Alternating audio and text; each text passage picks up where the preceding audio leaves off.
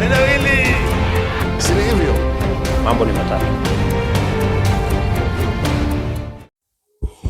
Ladies and gentlemen, Rigathi Gachagua today leaked his strategy for Nairobi. And with that leakage, Rigathi Gachagua has buried the political careers of Babu Owino, Edwin Sifuna, and to some extent, Kalonzo Musyoka. Because according to Rigathi Gachagua, he has agreed with Kalonzo Musyoka that the position of the governor for Nairobi will go to DCP, and that the position for the senator for Nairobi will also go to DCP, the same as women rep. And that out of the 17 MPs in Nairobi, DCP will get 16. Out of the 85 MCs in Nairobi, DCP will get 75.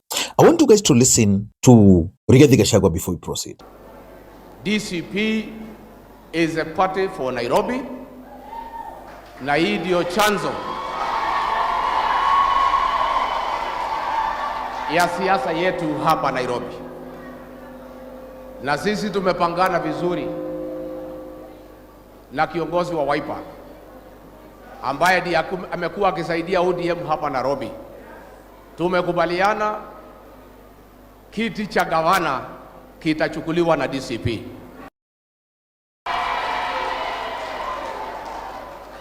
Kiti cha seneta kitachukuliwa na DCP. Kiti cha women rep kitachukuliwa na DCP. Tumekubaliana na Wiper kati ya viti 17. Kati ya DCP na Wiper tutachukua viti 16. Na kati ya viti 85 ya ward between DCP and Wiper tutachukua 75. Kwa hivyo watu wetu, msitishwe, msihangaishwe, muvumilie. Let us pause it there a bit. What is Rigathi Gachagua trying to say? For me, I'm interpreting that to mean that Rigathi Gachagua has already settled on Kalonzo Musyoka as the presidential candidate in 2022, which should be good news to Kalonzo Musyoka. But where is that putting the other presidential candidates? Because if, according to him, in Nairobi, DCP will get 16 out of 17. What about the other political parties in the united opposition? Let us listen into him further, because at this point, he's also talking about Mbere. Na msijali maneno ya Mbere. DCP haikuwa na candidate Mbere. DCP ilikuwa na candidate Kariobangi North, tukashinda. Narok Town, tukashinda. Kiza East, tukashinda. Purko, tukashindwa kidogo na Magarini. Chama ambaye ni ya mwezi 7 imechukua viti 3 out of 5. Nimeona maanalysts ya magazeti wakifanya mambo mingi, hawaongei mambo ya ushindi ya Nairobi, hawaongei mambo ya Narok, hawaongei mambo ya Kisa, wanaongea mambo ya Mbere. Mbere mimi nilienda kusaidia DP na wakashinda, wakaibiwa na ni sawa. The truth of the matter is that Rigathi Gachagua promised to defeat Ruto in Mbere, but he failed. But now is alleging that DCP did not sponsor a candidate in Mbere, which is the truth. But why is he now alleging that DCP did not produce a candidate in Mbere? Why was he in Mbere? Why did he come there for 1 week? The truth is, Rigathi Gachagua is telling Justin Muturi that, look here, man, I'm not going to try to carry you on my back again. But I don't want to talk about those for now. In this video, I want us to look at the political implication of that Rigathi Gachagua statement. Before we do that, for those who are watching this channel for the first time, please take a second or two, click the subscribe button so that next time we produce a video like this, YouTube will automatically notify you. And to the subscribers, I want to continue thanking you guys for your continued support. Because without that support, this channel cannot be where it is. Ladies and gentlemen, That statement by Rigathi Gachagua will have far-reaching consequences. And the implication will actually lead to political careers of some people being buried. Let us begin by looking at the political implication on Babu Owino and Edwin Sifuna. Rigathi Gachagua is making it very clear that the governor, the Senate, and the women rep will come from DCP. I know Babu can run on DCP, Sifuna can run on DCP. But Rigathi Gachagua is not saying that. When he spoke in vernacular, he made it very clear that the Kikuyus are the majority in businesses. They're the majority in the city. And that the rest are just consumers. When Rigathi Gachagua talks of DCP in Nairobi, he's talking of a Kikuyu gubernatorial candidate, a Kikuyu senatorial candidate. And the truth is, Kikuyus, if they were to team with Kambas, because that's exactly what Rigathi Gachagua is trying to say, they can actually win some of these seats. And I want to explain how. In 2017, Kidero lost to Sonko. And the reason Kidero lost to Sonko was because of the Kamba factor. Sonko contested under, I think, was it Jubilee at that time?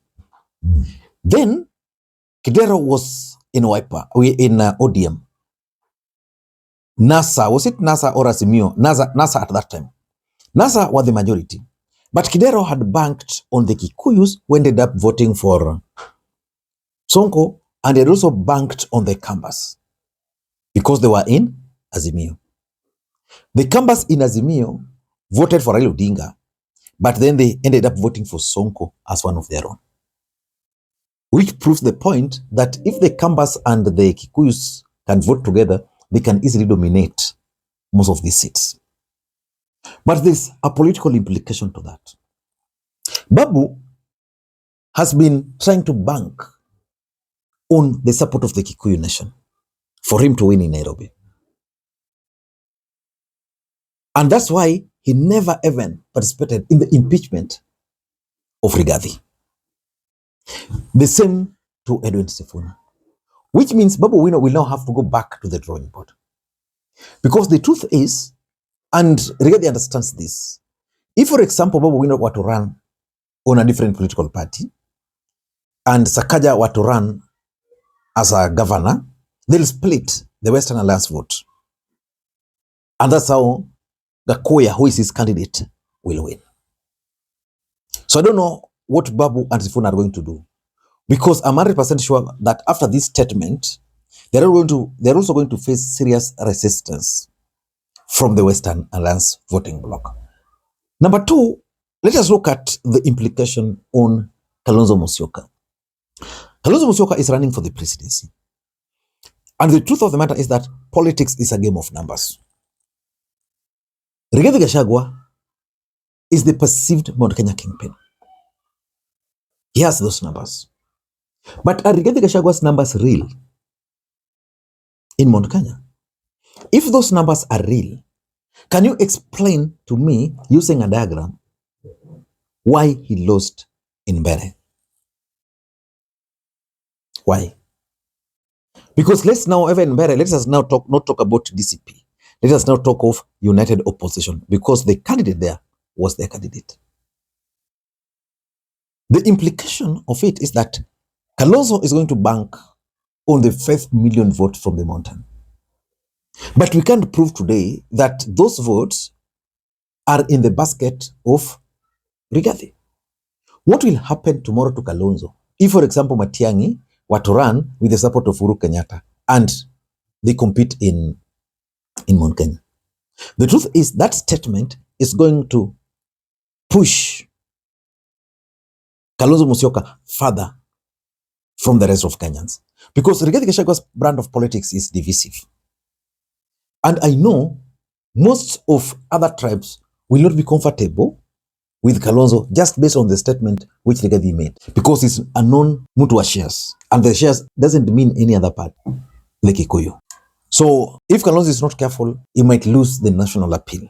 Of course, numbers are good for him. If he can secure the 5 million plus the Kamba vote, Kalonzo can either be number 1 or number 2.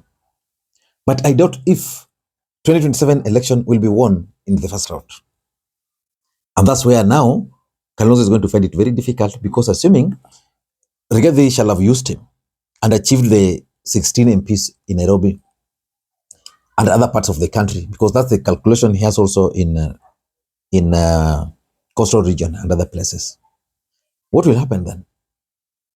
Rigathi can now then decide to now negotiate with Ruto because of the numbers he has already. Number 3, let us look at that statement on the factor of Fred Matiangi, because there is also the element of Fred Matiangi factor in Mount Kenya, which we can really not run away from. The truth is, Mount Kenya are out of William Ruto's radar. They've dumped Ruto. I doubt if Mount Kenya will be taken to Ruto. Although after Mbere, I still think Ruto might still be having the support. But the mountain are saying they can give Rigathi the numbers, but they cannot give him the presidency. Which means Mount Kenya might decide to rally behind Fred Okengo Matiangi. If that were to happen with the help of Uhuru Kenyatta, yeah, something is going to happen. Babu, Owino, and Sifuna might rally behind Fred Matiangi, because I'm seeing them headed that direction. And if they were to rally behind Fred Matiangi, then with the Kikuyu support of Matiangi, then it means even Rigathi Gachagua's plan for Nairobi might not work. That's how I'm looking at it. And of course, the other thing which he has done, which for me he would not have done, is that he has exposed this plan early. Some of these political plans, you don't expose them early. If you expose them early, the opponent will take advantage. That's how they ended up losing in Mbere North. The truth is, if this was the plan, then he should have waited. Because now, what will Eugene Wamalwa tell the people of Western Kenya, where Westland's constituency has always been the lawyer? What will they tell them? What? Nothing. So they just tell people like Natembeya and Wamalwa, please, Rigathi amechukua hizo. And lastly, and this is clearly Rigathi Gachagua's plan from the onset. Rigathi has a plan of controlling the presidency, but he cannot control the presidency through the ballot. He can't. He can do it through parliament. So that he's going to support Kalonzo. If Kalonzo becomes the president, fine. But then he's going to have his MPs. If he succeeds in that plan for Nairobi, that would make them 16. If he can consolidate Mount Kenya, several of them, then Nakuru County, he will have several of them. And let's say he picks 1, 2, 3 from other parts of the country. He will have numbers. And then he can now play the Raila Odinga equation, the maths which Raila Odinga has always used along. I don't know what you think, but for me, that plan of Rigathi Gachagua for Nairobi can work. But the casualties will be Babu, Sifuna, Kalonzo. Until next time, this is Makwiny.